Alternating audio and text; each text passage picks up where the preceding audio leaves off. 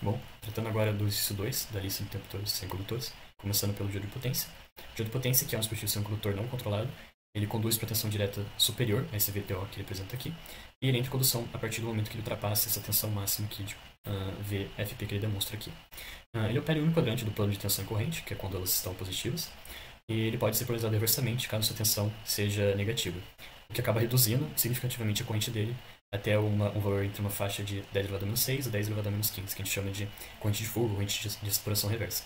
Caso a tensão negativa chegue até um ponto que a gente chama tensão de ruptura, e ultrapasse, ele entra em região de ruptura ou avalanche, o que aumenta significativamente a corrente de reversão, causando uma dissipação de energia bem elevada no dispositivo e pode causar destruição do dispositivo, a não ser que você consiga limitar essa corrente de reversão. A sua frequência de chaveamento é limitada por conta desse tempo de recuperação reversa que ele apresenta aqui, que seria o tempo entre a comutação da posição direta e reversa, até um ponto que ele atinge uns 25% da corrente de pico reversa que ele apresenta. Esse TRR ele vai depender da temperatura da junção, da taxa de diminuição da corrente direta e também do próprio valor da corrente direta antes da comutação. Nosso próximo é o dispositivo LTBP, que é, que é o transistor, primeiro que a gente vai falar. Esse transistor ele também é um dispositivo semicondutor, mas no caso ele é um dispositivo controlado, e ele é controlado pela corrente de base dele.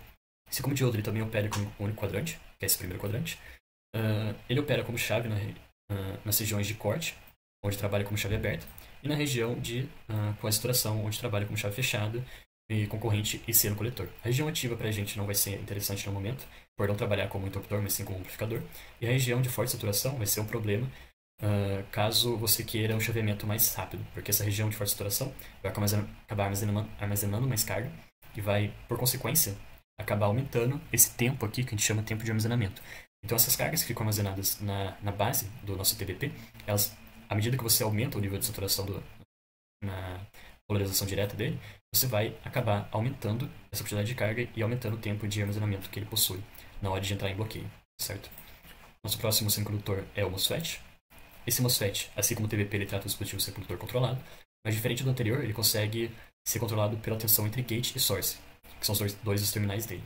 Porém, para que ele entre em condução, esse terminal gate dele também tem que receber um pulso de entrada. Reduz um pulso pequeno, mais um pulso de entrada. Ele opera em dois quadrantes, então ele opera tanto com a corrente positiva quanto com a corrente negativa aqui. Isso é devido ao diodo que ele apresenta na construção dele. Então esse diodo ele fica em antiparalelo com o nosso dispositivo, e caso o dreno e source eles sejam polarizados inversamente, você vai ter uma condução com corrente negativa em vez de uma corrente positiva entre dreno e fonte.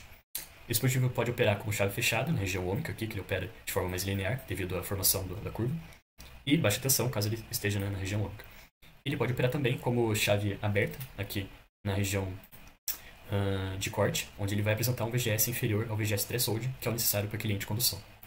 Uma característica do MOSFET é que ele tem uma alta frequência de chaveamento, então a velocidade de chaveamento dele pode ocorrer em tempo de troca de ordem até de nanosegundos. O IGBP, que é o nosso próximo transistor, ele também é controlado, mas no caso ele é controlado pela tensão. Diferente do MOSFET, ele opera uma única região aqui, que é a do primeiro quadrante, com corrente de tensão positiva. Ele apresenta elevada impedância de entrada, assim como o MOSFET, e baixa perda em condução, assim como o TBP.